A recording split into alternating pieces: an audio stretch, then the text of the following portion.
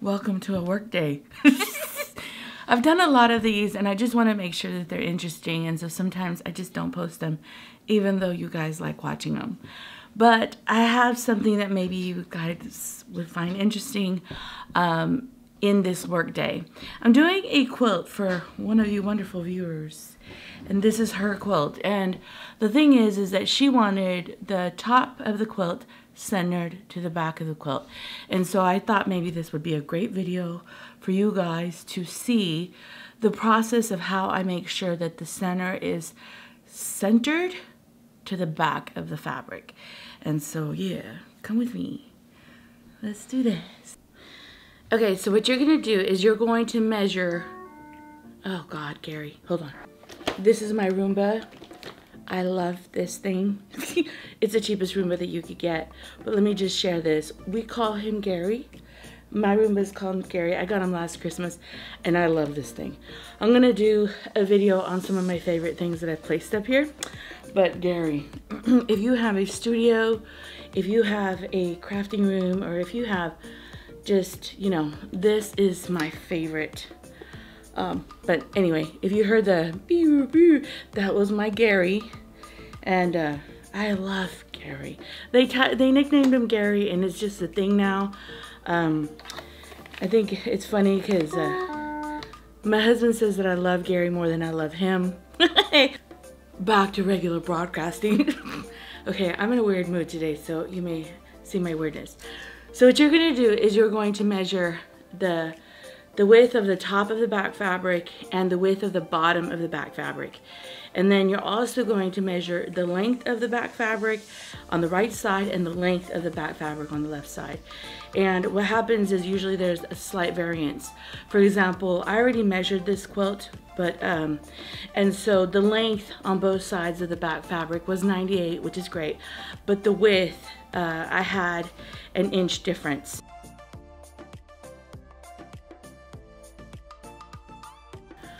So you're also going to do the same thing with the top fabric.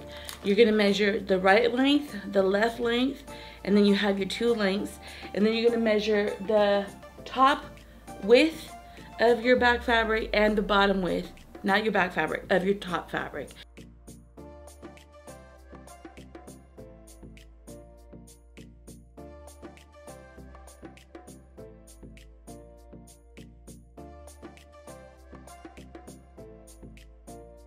This is 85.75.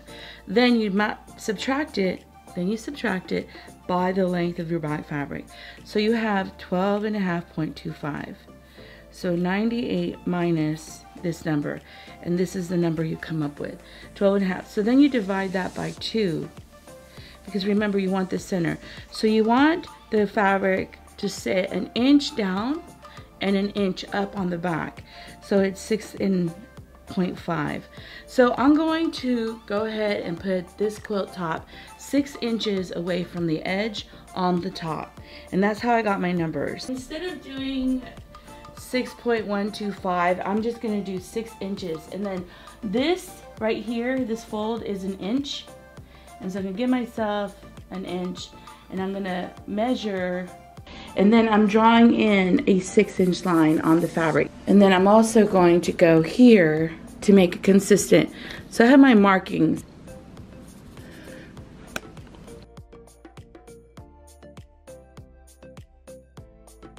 (77 minus 66.75 equals 10 inches. So it's 10 inches and 25. So, and if you divide that by 2, it's 5.12.5. On each side, it's 5 inches. I'm gonna ignore the 1.2, but that's where we're gonna lay down. So now you know specifically how far from the top and bottom you should be if you're centered, and how far from the sides you should be. So it's 5 inches on the sides and 6 inches on the top.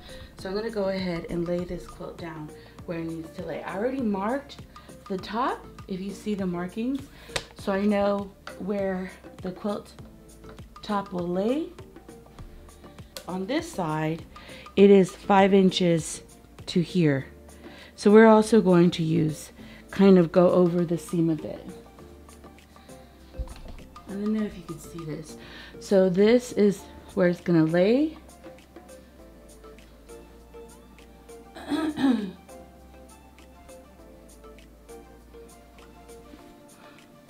Honestly, it's perfect where she has a seam.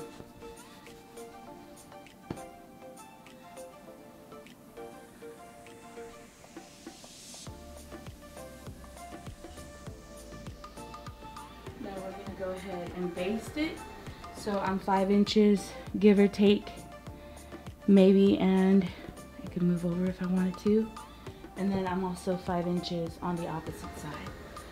So let me baste real quick.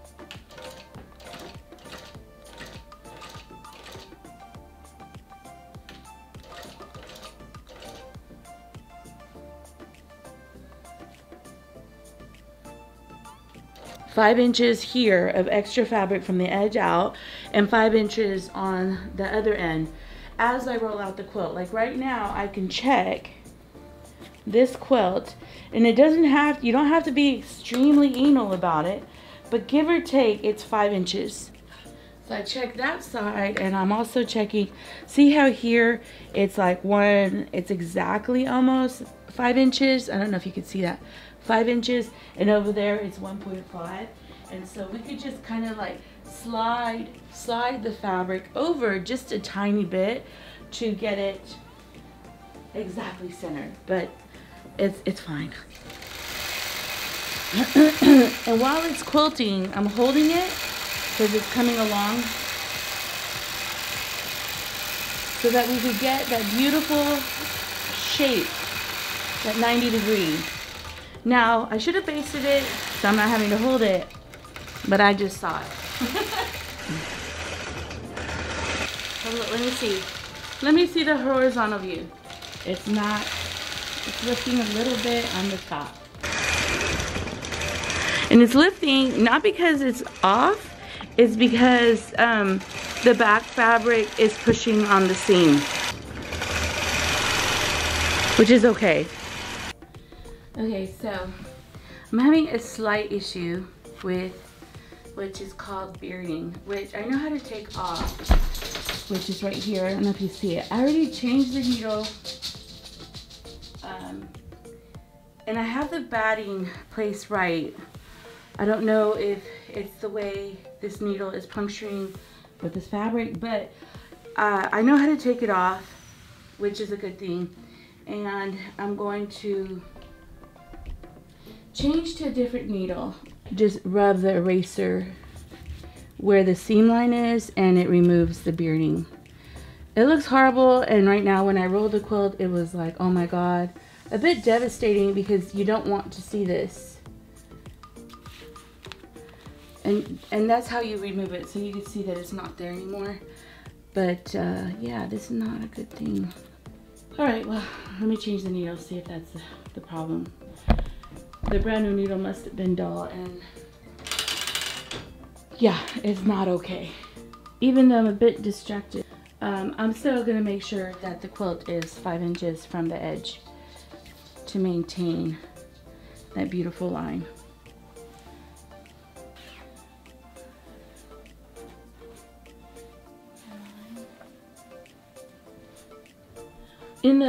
Because it's a bit wider, in this area, the bottom was a bit wider. Here it is. You can move the quilt a little bit over and it'll sit, but having it 1/8 of an inch off or a little bit of a 1/4 of an inch off, the client is not going to notice those variances because you're just trying to have it center.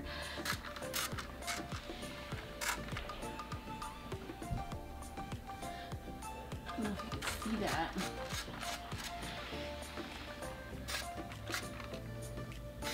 Which you can pleat, but since it has this, there's no seam to pleat.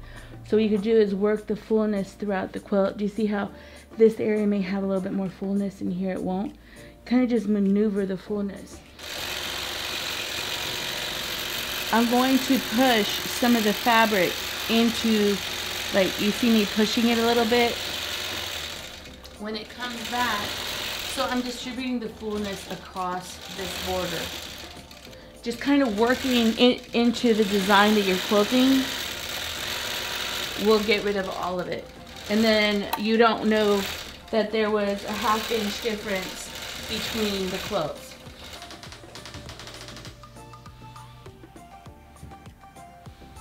Yeah, like there, you see that there's no, it must have been a bad needle. Like, look, you can see, oh, on this end, there's no bearding at all.